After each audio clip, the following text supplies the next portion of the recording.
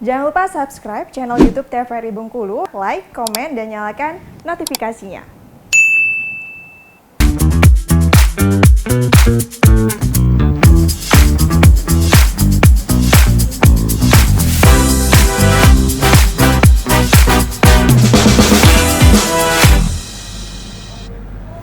Balik lagi di Opini, obrolan pagi ini masih bersama dengan Bang Anto selaku petani bertahan milenial dengan tema kita kisah unik petani milenial. Nah, Bang Anto tadi kan Abang Anto sudah menjelaskan terkait dengan awal mula kenapa Abang bisa menjadi petani milenial. Sebenarnya untuk petani milenial dan juga petani tradisional yang sering kita dengar-dengar nih ya di masyarakat, itu sebenarnya bedanya dari segi mana sih? Selain dari mungkin penggunaan alatnya ya? Atau dari pengolahannya juga berbeda gitu? Jadi sebenarnya kalau kita bicara tentang budidaya tanaman, sebenarnya seiring waktu memang berkembang ya. Termasuk juga di spek perawatan gitu. Bahkan jenis-jenis hama penyakit pun kalau kita lihat makin ke depan makin banyak gitu kan. Dan cara penanggulangannya pun sekarang sudah banyak alternatif gitu ya. Kawan-kawan tinggal pilih itu mau pakai kimia gitu kan atau mau buat herbal gitu ya.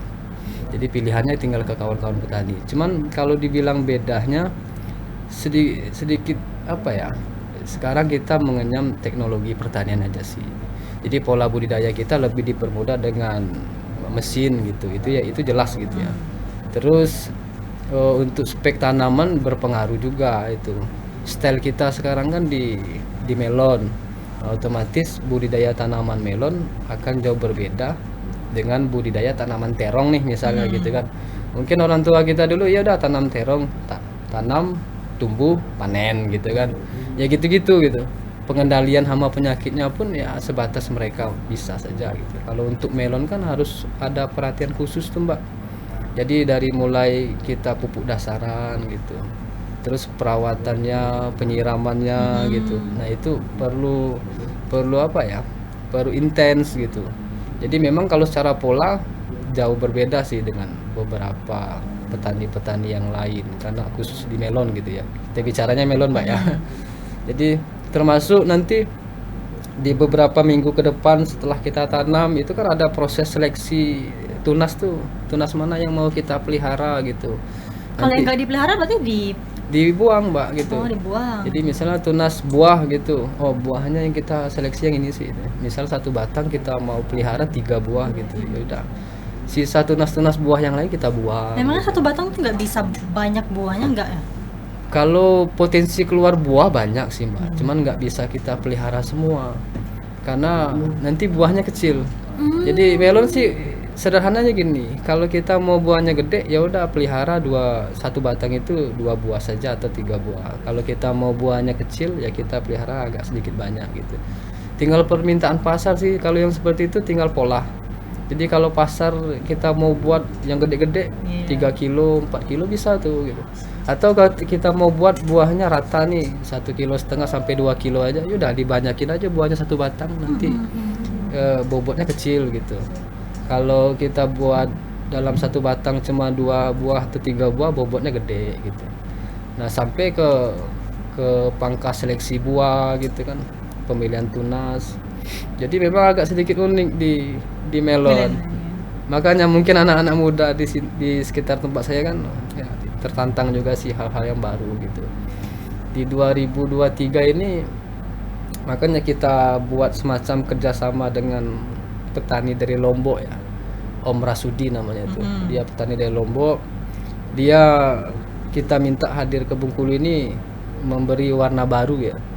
Gimana melon hidroponik gitu kan. Nanam melon di atas air nih. Agak unik nih.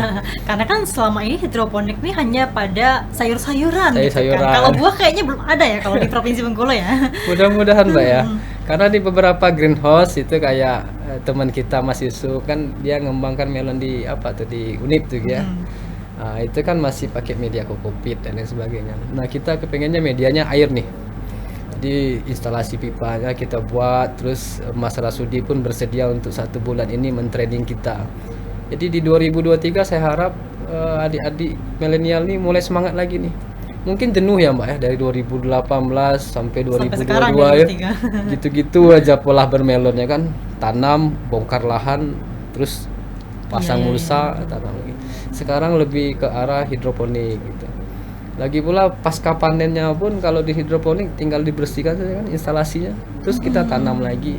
Tidak berpengaruh mau cuaca hujan, mau cuaca kemarau, nggak ada Lebih pengaruh. simple ya. Simple. Kayaknya hidroponik ya. Tapi untuk modalnya pun besar juga ternyata Bang. Modal awal sih Mbak ya. Iya. Modal awal karena kita harus buat greenhouse ya. Bahasanya sih greenhouse gitu, bahasa kerennya. Jadi pembuatan greenhouse itu hampir memakan biaya ratusan juta juga sih untuk ukuran yang tidak terlalu luas. Cuman kalau kita kalkulasi apa ya? Kalkulasi secara hitung-hitungan ya. Kita diuntungkan di periode berikutnya. Jadi waktu penanaman periode berikutnya modal kita cuma bibit nih sama nutrisi Ya, gitu. karena alat dan bahannya sudah ada. Sudah ada. Ya. Kayak mesin air kan durasinya 2 sampai 3 tahun ke depan baru rusak tuh. Termasuk instalasi pipanya, asal kita beli pipa yang lumayan bagus itu bisa Berapa lama ya? Wah, lama Mbak. Melon di hidroponik itu kan bisa dalam periode 1 tahun itu bisa 4 kali, 3 kali sampai 4 kali lah ya Dalam setahun ya? dalam setahun. Jadi maksudnya dengan durasi 3 tahun ke depan pengembalian modal pembuatan greenhouse dapat gitu. Kalau kalasi kawan-kawan yang pernah main di dunia hidroponik termasuk Om Rasudi, kalkulasi beliau bahkan di tahun pertama sih untuk pengembalian modal itu. Di tahun berikutnya sudah mulai pure bicara keuntungan ya kalau kita bicara keuntungan. Jadi ini yang saya pengen adopsi di Bengkulu, mungkin menjadi wacana baru bagi kawan-kawan milenial ya. Yuk kita nanam melonnya sekarang di media air gitu. Iya, karena kan kalau seperti abang bilang ya, kalau misalnya kita bertani itu kan untuk kondisi tanah, iklim itu kan berpengaruh ya bagi besar kecilnya melon. Dengan adanya hidroponik ini kan tentu sangat membantu ya kan. Kalau dibilang membantu, sangat membantu Iya. sih Mbak. Karena kalau kita di lahan terbuka bicaranya, kita harus menguasai gimana caranya meningkatkan pH tanah gitu kan. Dengan pH yang stabil di angka 6,5 misalnya gitu, itu sudah mulai layak untuk kita tanami gitu, budidaya. Tapi kalau untuk kondisi tanah di Bengkulu ini cocok gak bang? Sebenarnya agak susah atau malah? Kalau variatif Mbak ya. Jadi sebenarnya kalau khusus yang di kota Bengkulunya itu lahannya kita bagus sih Mbak ya. Tinggal lagi cara pengolahannya ya Mbak. Kalau untuk lahan sih bagus. Cuman terkendala sih kalau kita di Bentiring air sih Mbak. Iya. Itu sih kendalanya. Kalau untuk spek lahan sebenarnya bisa dikelola. Ya, jadi untuk pengolahan lahan di awal dimaksimalkan aja pupuk dasaran, terus pH tanahnya distabilkan, kayaknya nggak jadi trouble sih. Berarti sebenarnya pun bukan hanya dari kitanya yang milenial, tapi sebenarnya pemikiran kita pun juga harus milenial lah kalau misalnya pengen tanaman kita tumbuh subur dan juga bagus ya. Bang, kita akan jeda sebentar, akan kita bahas lagi terkait dengan tema kita, yaitu kisah unik petani milenial. Jangan kemana-mana, tetap bersama kami dalam Opini Obrolan Pagi ini.